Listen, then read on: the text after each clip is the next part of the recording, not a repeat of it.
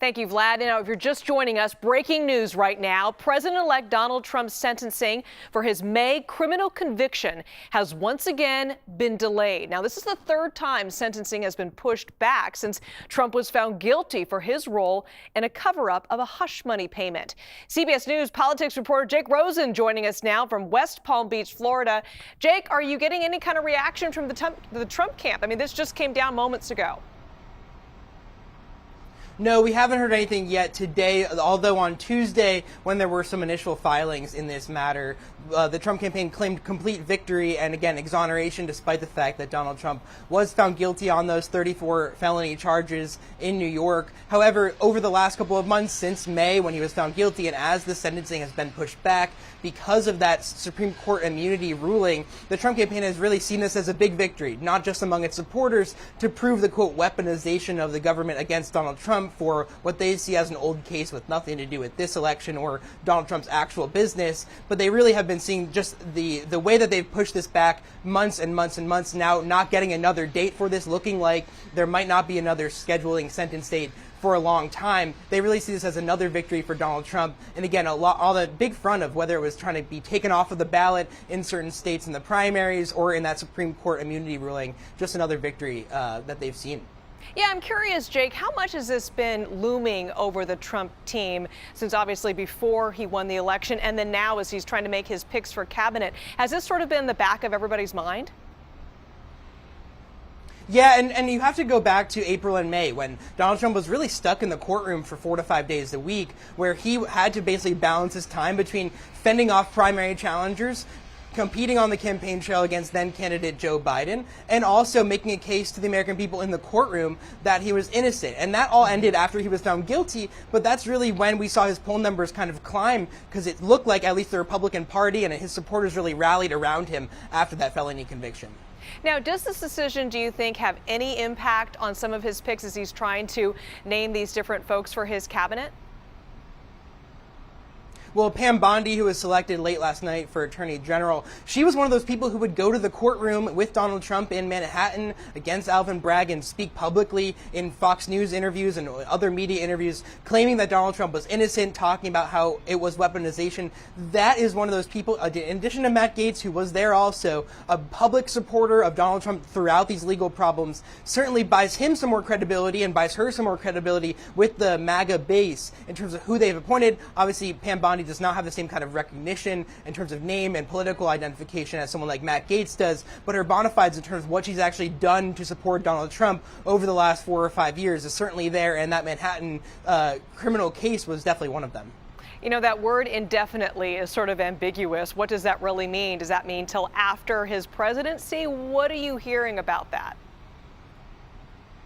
So it'll come down to what the lawyers decide. The Trump team has for months tried to dismiss this case and file paperwork that would dismiss it after especially that Supreme Court case that ruled that Donald Trump had some kind of presidential immunity. They argue that certain parts of evidence in this case should not have been included, which again would maybe potentially result in a retrial of sorts. But again, we have to remember that he was found guilty, and in terms of really what the Manhattan prosecutors want to do is postpone this to the point of maybe he's no longer president in 2029. They refuse so far to agree with the Trump campaign in terms of outright dismissing this case, although they've agreed to punting back this date now 3 times.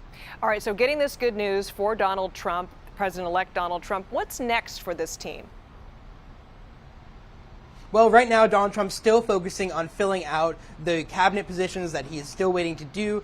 We have Department of Treasury head. He has not yet named, despite some infighting and some names that have floated out there. Also working on housing and urban development, agriculture, things like that. There are about 5 positions he still needs to appoint down. The goal is to do it all before Thanksgiving, so they have less than a week now to get all of that done. And we saw really a quick turnaround last night after Matt Gaetz withdrew from consideration for Attorney General. He named Pam Bondi, who we reported at CBS was a runner-up, or at least in the mix for that position over a week ago. He picked her, another Florida politician. She was the former Florida Attorney General, a staunch ally, again, of Donald Trump for that job.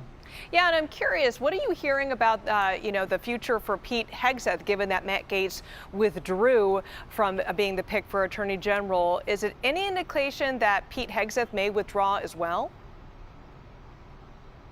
We haven't heard that yet, although with the police report that came out about 36 hours ago, 24 hours ago, those developments are still underway on the Hill. And maybe Matt Gaetz was that shinier object for these senators who really were opposed to the Gaetz pick to focus on. Now we'll have to see if Heth, who is a military veteran, has a more career, at least in the field, versus Matt Gaetz, who had never really overseen or prosecuted cases. But we'll have to see whether these meetings on the Hill that happened yesterday alongside J.D. Vance and some other members of the Trump transition changed some minds or conveyed voters. The Trump campaign yesterday touted the support that senators openly had for Heth on the Hill, which is something they did not do, nor did they really have the opportunity to do for someone like Matt Gaetz. And so many of us are getting to know Bondi for the first time today, kind of learning more about her. What is the advantage of appointing her so quickly as the Attorney General pick?